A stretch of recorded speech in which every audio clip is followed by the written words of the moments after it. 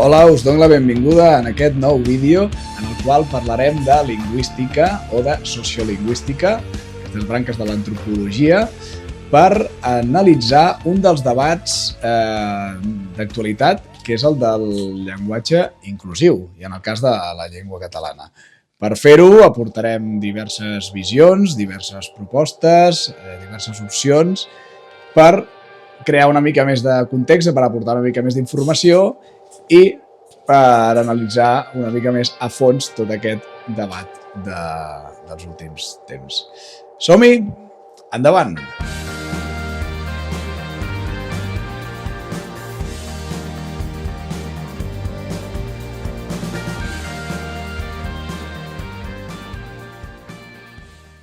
En els últims anys han anat sorgint diversos moviments per un llenguatge respectuós i no discriminatori envers les minories. I també s'han inclòs algunes recomanacions, com per exemple en el llenguatge la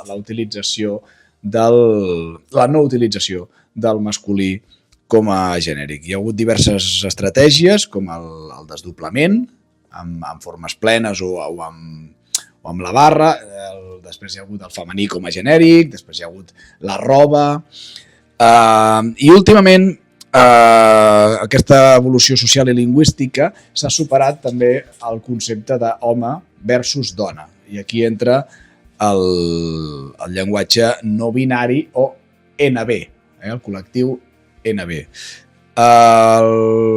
Clar, alhora, algunes d'aquestes propostes d'aparença amb certa artificialitat també han provocat, veurem, cert rebuig amb part de la comunitat lingüística, sociolingüística i en general és un dels debats que hi ha, és un dels debats d'actualitat, diguem, dels últims anys en moltes converses. Llavors, per anar posant una mica de context, és veritat que això ja ve de lluny, el tema del llenguatge no sexista, però és veritat que recentment, el 2023, apareix la guia per al llenguatge no binari de Jun Moyano, que textualment proposa maneres d'anomenar-nos sense càrrega de gènere amb una forma que és inclusiva amb la diversitat i pot ser emprada quan ens adrecem a grups heterogenis de persones de qui no coneixem el gènere o quan volem respectar la identitat d'algú. Aquesta guia, a part de les propostes, les explicacions de Jun Moyano, és com una guia gramatical, diguem, i aquestes propostes de noves formes gramaticals que s'inclouen en aquest anomenat llenguatge inclusiu, que Jun Moyano mateix reconeix que llenguatge inclusiu és un terme paraigua o un calaix de sastre, el significat del qual sí que veurem que encara no té veritable consens. Algunes veus indiquen que per les llengües minoritzades, com és el cas del català, l'acceptació del llenguatge inclusiu pot ser interpretat com un índex de vitalitat de la llengua. És a dir, que si no adaptem fórmules noves, anirà en detriment, o aquesta decadència o aquesta pèrdua de la llengua catalana anirà en detriment amb llengües més de poder, com serien l'anglès o el castellà. Aquesta és una de les tesis que defensen Dausà i Pere Ros. D'altres veus, sens dubte, i una de les més enèrgiques és la coneguda lingüista Carme Junyent, que va morir justament el 2023, que plantegen que aquí no ens trobem davant d'una qüestió en el cas del llenguatge no sexista, de feminisme o d'una qüestió del col·lectiu NB, sinó que creu que no s'hauria de perdre potser tant de temps parlant de gèneres gramaticals perquè es deixen de banda molts aspectes sobre la relació entre llengua i discriminació que sí que creia que caldria abordar urgentment. Així doncs, en aquest debat d'actualitat, com dèiem, per no quedar-nos en la superficialitat dels titulars cridaners, de totes bandes i de cap banda en concret, sí que voldríem entrar una mica més a fons amb diferents visions i propostes. La filòloga i investigadora Maria La Cueva creu que hem arribat a un punt on tant l'opció sense retorn, o sigui, l'opció del retorn, sense fissures al llenguatge espontani, com l'opció del foment de les solucions no sexistes són percebudes ambdues com imposicions per diferents col·lectius masculins, femenins, no binaris o mixtos. Doncs la llengua com a cosmovisió d'una comunitat evoluciona, és cert. Però sembla també que els parlants ens estem contagiant o es contagien una mica d'aquesta tendència generalitzada cap a la polarització de tots els temes d'actualitat. Llavors, aquí es tracta de que hi ha unes visions que creuen que el nom fa la cosa i d'altres que la cosa fa el nom, no? Si em permeteu l'expressió popular. Llavors, aquí intentarem enfocar-nos en veure quines maneres hi ha de trobar aquest consens o bé, aquí l'únic que farem aquí és parlar-ne, mai més ben dit parlar-ne, perquè plantejar-se diverses opcions almenys demostra, o sota el meu criteri, que la llengua és viva i que almenys el seu debat és saludable. Quines són les propostes de llenguatge ENB que comentàvem abans? Doncs és veritat que el llenguatge inclusiu, sobretot en entorns més alternatius, cada vegada sembla estar més present i més acceptat. Daniel Amarello diu que la importància aquí rau en el fet que perquè una llengua visqui i evolucioni, o sigui, que perquè una llengua visqui és important que evolucioni i és important que es transformi. El col·lectiu ENB ha presentat propostes i en el cas de l'esmentada guia gramatical de Jun Moyano s'ha considerat al final com la fórmula més àmpliament aplicable a la diversitat de la llengua catalana seria el neomorfema i, que ara veurem allò del totis, no? Tots, totes, totis. Molts, moltes, moltis. El llenguatge no binari es diferencia breument i així superficialment, però el llenguatge no binari es diferencia entre el llenguatge no binari indirecte, conegut també com a LNI, o el llenguatge binari directe com a LND. El no binari indirecte evita les marques de gènere i, així com aspectes positius, té que no contradiu la normativa i genera menys esforç pels parlants, per les variants dialectals, molt important, i per les persones sordes. Llavors, en algunes institucions i organitzacions aquest ja s'està fent servir i en qualsevol entorn no obligaria a exposar-se directament a una persona no binària, ja que és més còmode evitar cap gènere gramatical. Moyano també admet alguns aspectes negatius, ella l'anomena dificultats de l'NNI, de l'indirecte, que és que la construcció de frases són més llargues i molt feixugues i la seva sonoritat al final és molt poc natural. I a més, aquesta opció no acaba de trencar, no trenca amb el binarisme gramatical.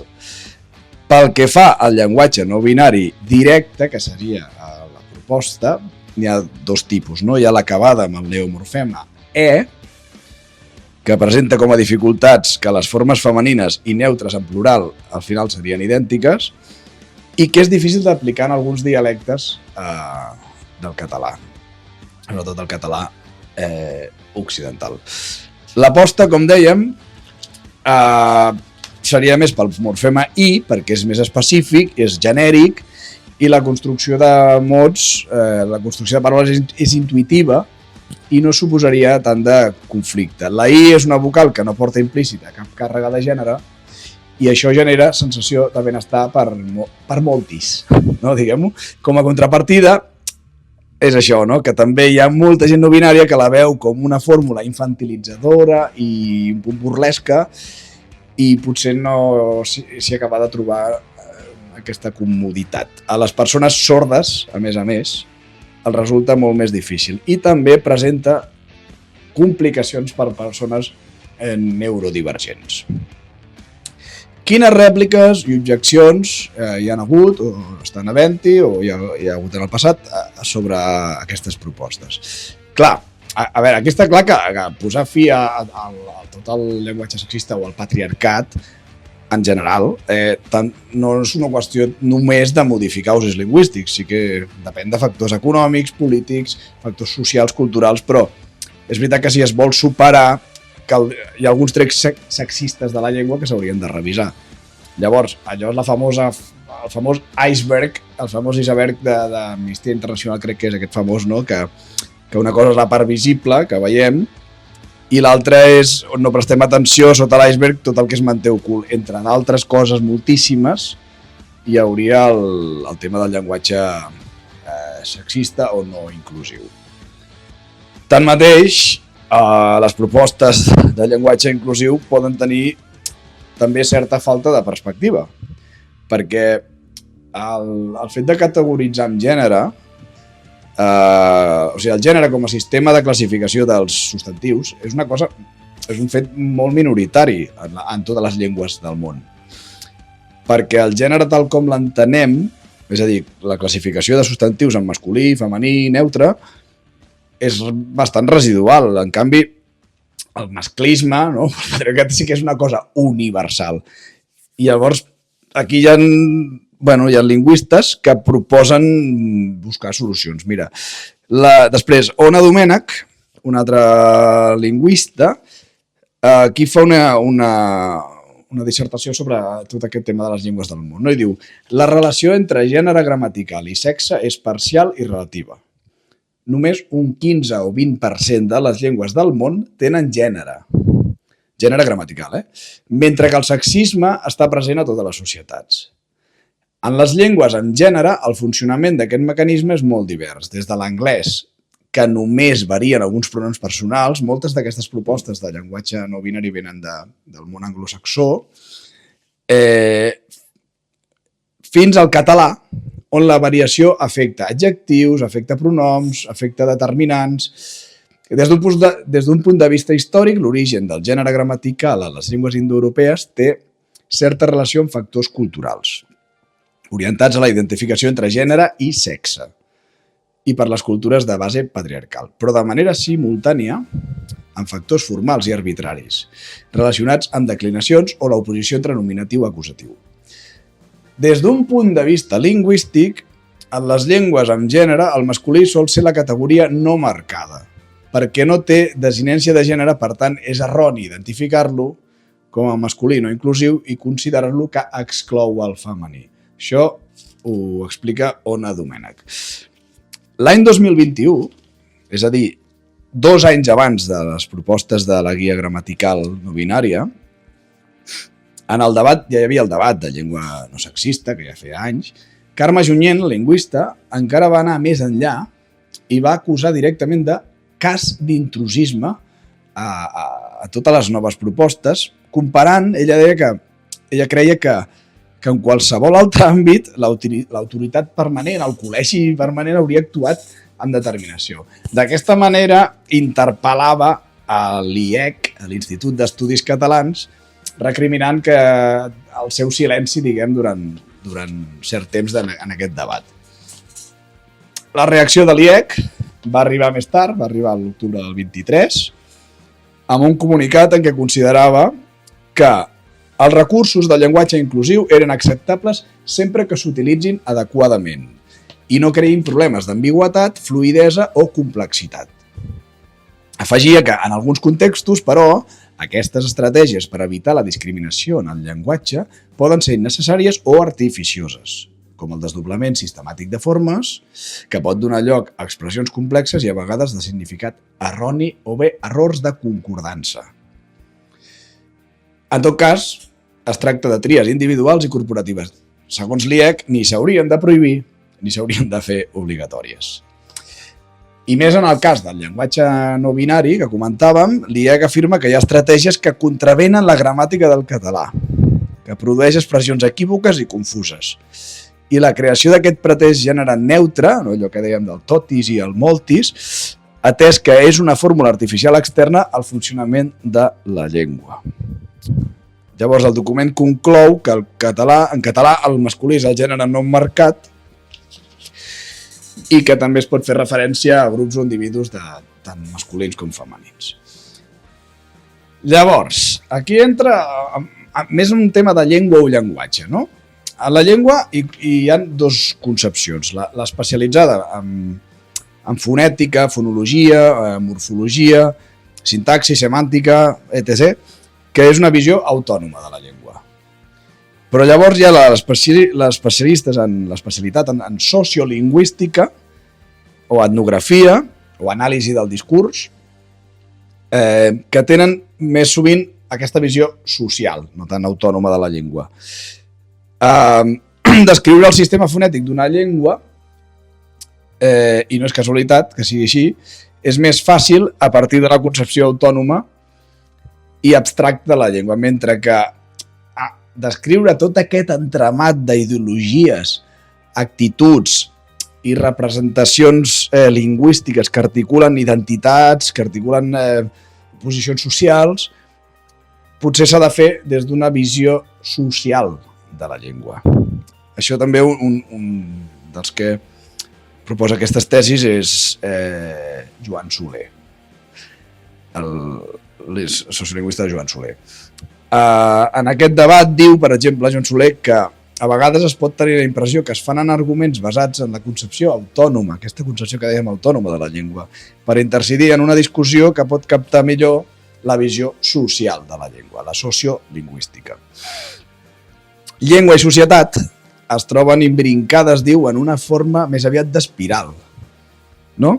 I es construeixen una i es donen forma una a l'altra. Des d'una perspectiva social, quan parlem, no només descrivim la realitat, sinó que també en creem una imatge i un marc mental a partir del qual interpretar-la. Això no vol dir que canviant la llengua es pugui canviar la realitat. El que vol dir això és que, certament, totes les llengües són iguals pel que fa a la capacitat que tenen els i les parlants d'indexar valors, de significats socials amb determinats usos del seu llenguatge. D'altra banda, cal tenir en compte les alternatives proposades a termes suposadament invisibilitzen en el cas de les dones, que aquí rarament parlem de quines estratègies es fan servir per invisibilitzar-les o menystenir-les o fins i tot ignorar-les.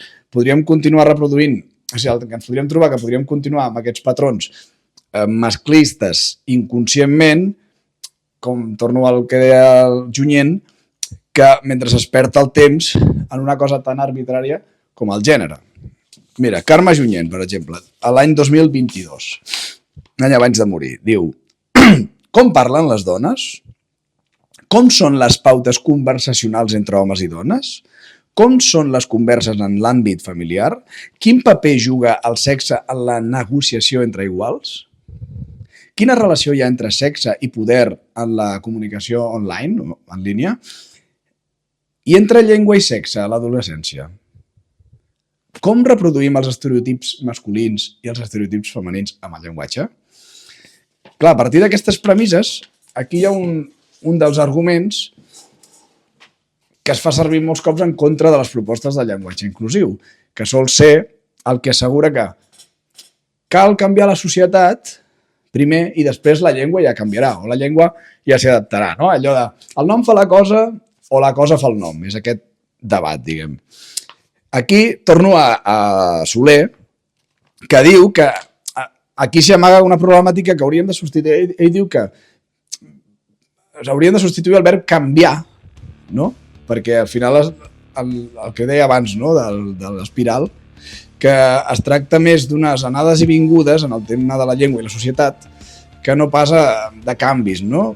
Que és a dir, proposa més que canviar el verb actuar, perquè actuant sobre la llengua s'actua sobre la societat i al revés. I es poden promoure, ell diu, usos inclusius i no sexistes, i alhora es poden fer polítiques que vagin en la direcció de posar-hi remei i acabar amb aquesta discriminació estructural que vertebra les nostres societats per gènere, per raó de gènere.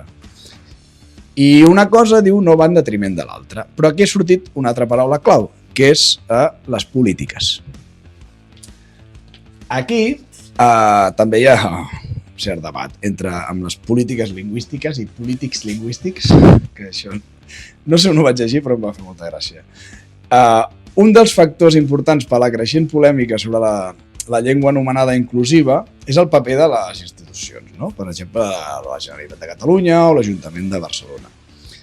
Segons Junyent, Carme Junyent, es van imposar normatives a contracor de la majoria dels professionals de la llengua que veien impotents, segons deia Junyent, com 4 il·luminats els arrabassaven l'autoritat, menystenien els seus coneixements i els feien fer el paper de sicaris de la llengua, diu.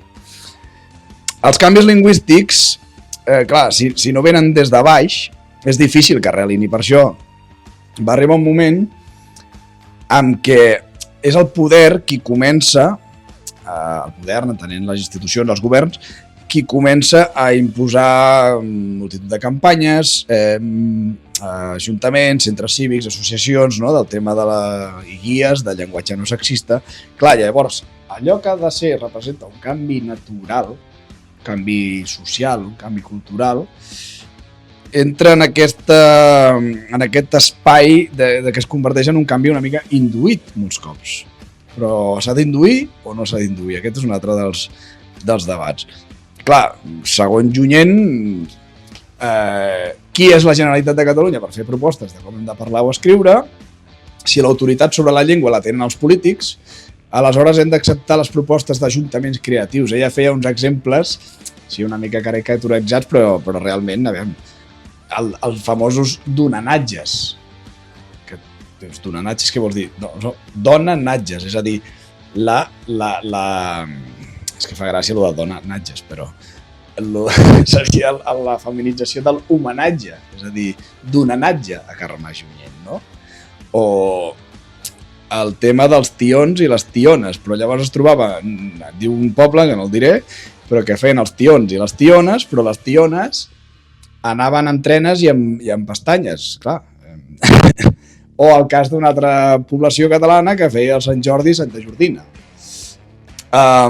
Com s'acaba banalitzant la igualtat, diu, proposant vacances per a gossos i gosses. Quina paradoxa, diu, la revolució institucional. Clar, revolució institucional. Llavors, hi ha una filòloga i assagista, que és la Irene Vallejo, que diu allò de la subversió no la pot exercir el poder.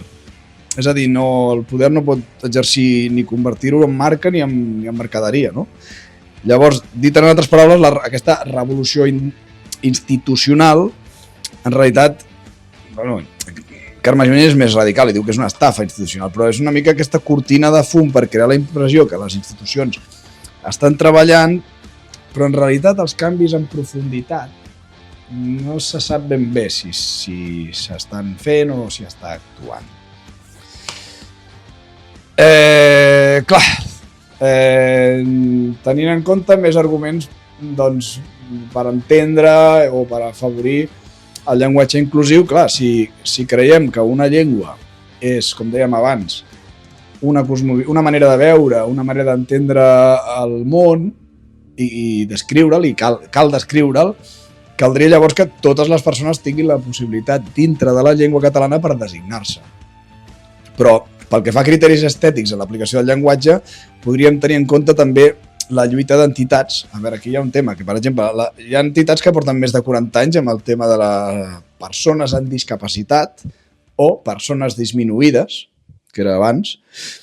Clar, no està clar si tot el canvi en el llenguatge permet revertir discriminacions històriques, estructurals, sistèmiques que han tingut aquest tipus de persones. Després hi ha un altre risc, no?, de caure en fer les coses molt a curt plaç i molt de titulars, sense una bona reflexió i un bon consens, un bon debat, de caure en aquella moda a curt termini, no? Com quan, per exemple, amb el WhatsApp es va posar quan arriben les noves tecnologies també, i el WhatsApp concretament, que aquella per dir per què, que fèiem servir una X, una Q i un interrogant. Llavors aquestes abreviatures com s'haurien d'incloure en el llenguatge, sí o no. I aquesta reflexió, més que res per veure que és un debat molt complex. És a dir, llengua, societat i polítiques públiques, i és complex. Però també hi ha una altra reflexió. Potser el gran problema, i això més enllà del llenguatge inclusiu, és si la gent, si els parlants, si nosaltres utilitzem bé, si utilitzem correctament la nostra llengua. Clar, aquests parlants i votants, potser abans haurien de conèixer i parlar bé la llengua, abans de... És un altre debat. Hi ha alguns experts, concretament de la UOC, Domènech, Pujolà i Vinyals, diuen que a les institucions el que ens hi convé tractar és ben bé aquest problema d'assegurar una bona educació perquè fa lectura, expressió oral i escrita. A l'escola, però a l'escola i a la universitat.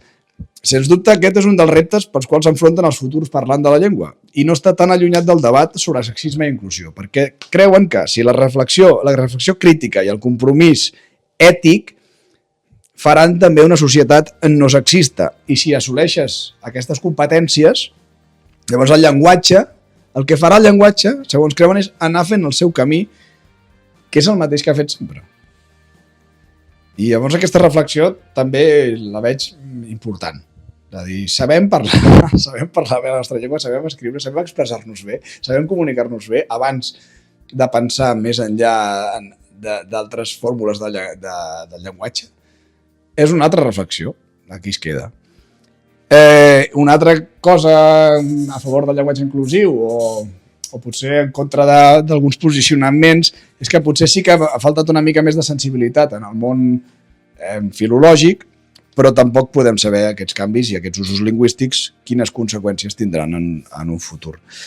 El que és cert és que potser no s'hauria d'apropiar aquest procés que havia començat amb moviments feministes o amb moviments LGTBI+, diguem, clar, les conselleries i altres administracions, perquè segons quins posicionaments, segons quines campanyes, ajuts, subvencions, fins i tot per l'anomenat llenguatge inclusiu, potser poden desvirtuar tot aquest procés.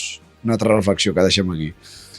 I no es tracta... A veure, aquí no es tracta... O sigui, no és que se n'hagi de desentendre aquí l'administració i que sigui el que sigui, no? Però és veritat que per arribar a aquests consensos tothom haurà de posar una mica sembla ser, de la seva part. Això no serà un camí curt ni fàcil i constantment, vull dir, l'evolució del llenguatge i el respecte pel llenguatge anirà sorgint. Llavors, una mica com a mode de conclusió, podríem dir que reflexions sobre educació i política a banda, el que tenim aquí és una realitat que existeix de fa temps. És que està clar que hi ha persones que no s'identifiquen dins aquest binarisme, no? I que estan buscant solucions o que de moment no s'ha trobat una proposta millor i s'estan fent propostes. Clar, la conclusió és una. Llengua i gènere és un tema complicadíssim, molt més del que ens podíem imaginar, i després espero que després d'aquesta reflexió en general veiem que és un tema molt complex i complicat, però que s'ha de parlar de sociolingüística més que de lingüística i de molts camps, no? Aquí entren molts camps, més que la filologia o la lingüística, i que aquest sentit global de la llengua i el gènere, amb totes les seves ambigüetats, totes les seves contradiccions, que n'hi ha moltes, fins i tot tensions, que potser s'haurien de rebaixar, que generen, però sense desmerèixer-ho, no s'hauria de dir això és una imposició, sinó que s'hauria d'anar forçant aquest consens o aquest diàleg, diguem. Sigui quin sigui el consens definitiu, no serà una cosa, com dèiem, que se solucioni ràpid ni amb totals garanties, però després de veure diverses visions,